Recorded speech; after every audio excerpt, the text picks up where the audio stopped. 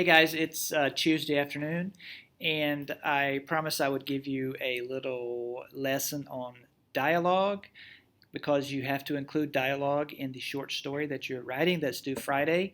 That's the short story you're doing on the Google Slides. I know a lot of you have already written dialogue in there, and so I wanted to give you three rules to think about when you're punctuating your dialogue. And so I've made some little cards here, and I'm going to show them to you and talk to you about it, and we'll see how it goes. So basically, the first rule is that you have to use quotation marks around the words that a character speaks. These are only words that come out of the character's mouth.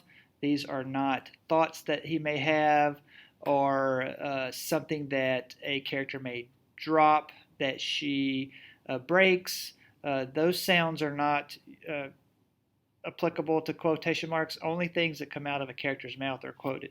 So, for example, here, Mark is saying that Mr. Jones is smart, and that is not only true, that is also properly punctuated because he has given me punctuation marks on either side of what it was said.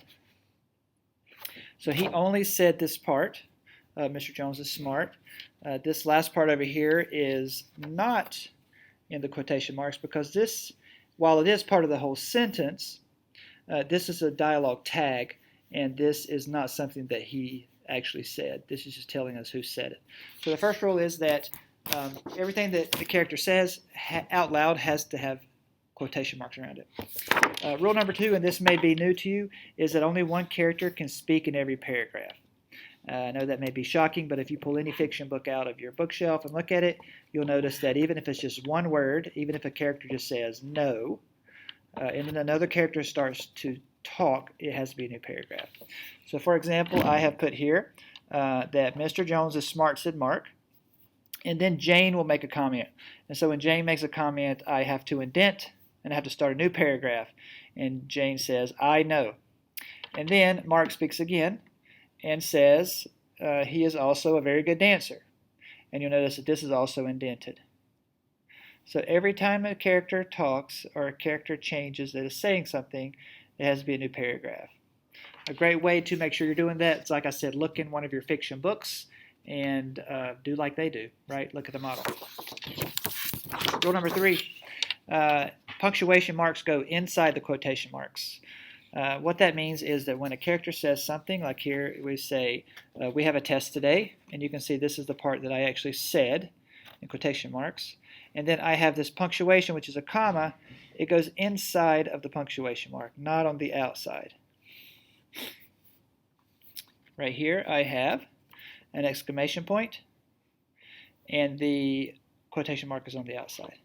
The easiest way to remember this is by something called the 1-2 rule. And if you can see, I put the little red arrows there. Is that if I think of the quotation mark as having two little dashes, then I need to have one piece of punctuation in front of that. I'll show you what I mean. Right here, I have one punctuation mark and a two-dot quotation mark. Right here, I have one punctuation mark and two dots for a quotation mark. And then over here, I have one punctuation mark and two dots for a quotation mark. So I hope you can see how that 1-2 rule works, and you should use that as you look back through your dialogue that you've already written and revise and edit it and make sure it's properly punctuated. So remember that anything a character says has to have quotes around it.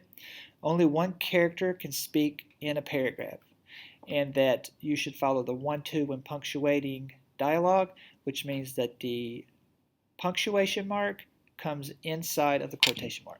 So I have a little Google form for you to fill out below. It's just 5 questions to see how well you understand how to punctuate dialogue, and I look forward to reading your stories.